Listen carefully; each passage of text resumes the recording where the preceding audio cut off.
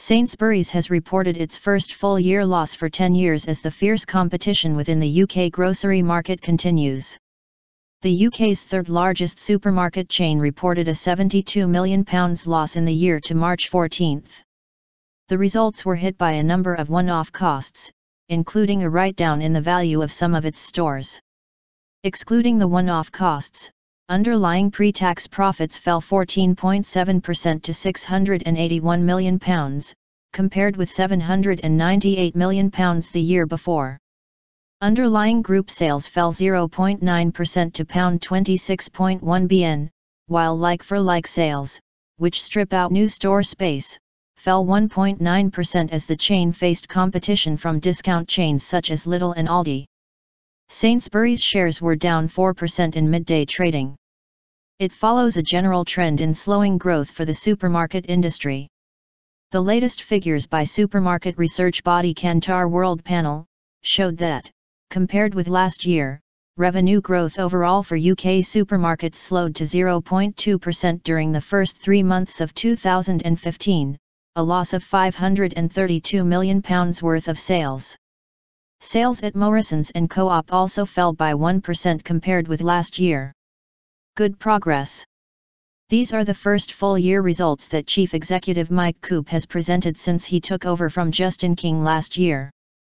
In the results statement, Mr. Coupe said, "The UK marketplace is changing faster than at any time in the past 30 years, which has impacted our profits, like-for-like sales, and market share."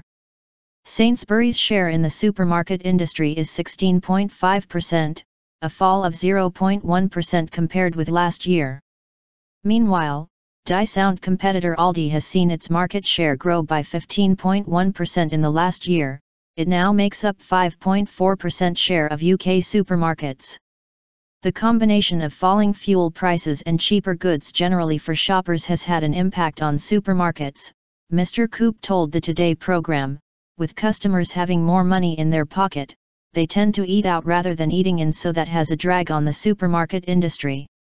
Last month, the UK's largest supermarket, Tesco, reported an annual loss of £6.4 bn. Much of the loss was down to a decline in the value of its property portfolio. Tesco also saw its revenue fall by 1% in the first 3 months of 2015, its supermarket share now 28.4%, 0.4% less than at the same time last year. The supermarket sector in general is suffering because of increased competition from cheaper stores, which has triggered a price war between the big chains. Sainsbury's said in November that it would spend £150 million on cutting prices in its stores. While competition for food sales remains fierce, Sainsbury's said its non-food business was doing well. Sales of general merchandise grew by more than 7%, with clothing sales up nearly 12%. Sainsbury's annual loss reflects changes in the way customers shop, says Mark Despevely of consultancy Strategic Food Retail. It's a shift away from the big weekly shop in favor of convenience stores and limited assortment discounters Aldi and Lidl that consume less time and money. On top of that, the cost of fulfilling online orders, which now account for around 5% of the market, is being increasingly heavily subsidized by the retailers. The space race is effectively moving online. It is not yet clear whether cutting costs, prices, and stores, i.e. more of the same, will be sufficient to address the structural changes affecting the supermarket industry.